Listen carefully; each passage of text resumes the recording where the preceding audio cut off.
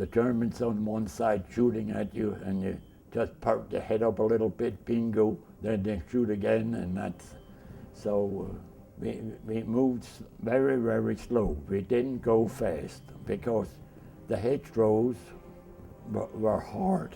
They were hard as, I mean, there were stones and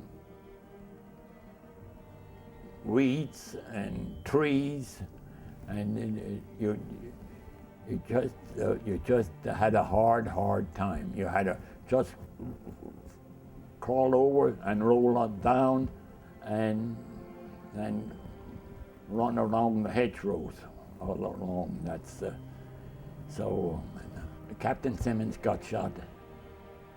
He had his head up too high, and he got shot right in between his bars, right there, bingo.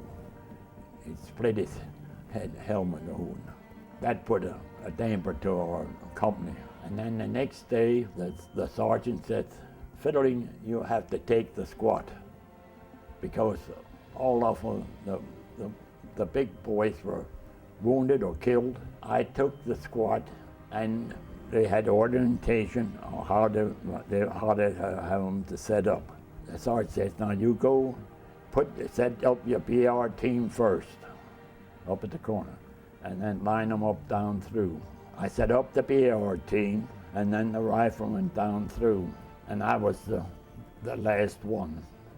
And in the middle, we had some recruits in already, and this fella, he started to holler. He wants water, water, water. I told him, well, I swore at him, and I told him to keep his mouth shut.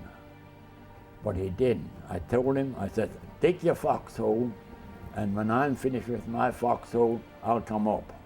I'll give you water." So I was finished, and I ran up to him, and I dropped down on my knees. And I handed my canteen to him, and then I felt something's going on here. My arm got numb, but I didn't see nothing. I thought, what's wrong here? But I couldn't hardly move it no more. And I said, "Okay, I'm hit." To me, I thought a wooden bullet. I don't know why, but they said they had wooden bullets, the Germans. And I thought a wooden bullet hit me, but it wasn't a wooden bullet. It was a real steel one. And I run up along the hedgerow, and I checked out the BR team. I said, "Guys, it looks good." I said, "My arm's I'm wounded in my arm." Then I run along the other hedgerow, and I saw my buddy Remus. He stuck his head up. I says, "Remus, I'm coming over. I'm wounded." I got to him, and that was the last. I passed out, and the next thing I knew, I was back in the evacuation hospital. The two nurses were one on either side. They were checking my cheeks. They said, Fitterling, yes? You know, if the Germans would have hurt you, you were cursing and cursing, the war would be over." She said, "That's all you were doing, cursing at the Germans." I had my testament and my wallet in my left side here. And I only had one dog tag.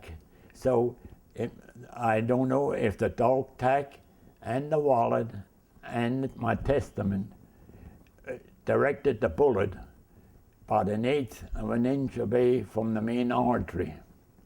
And it went right through, in between the two, one of the ribs, right in through there. And I was lucky, a real lucky man, or a boy at that time.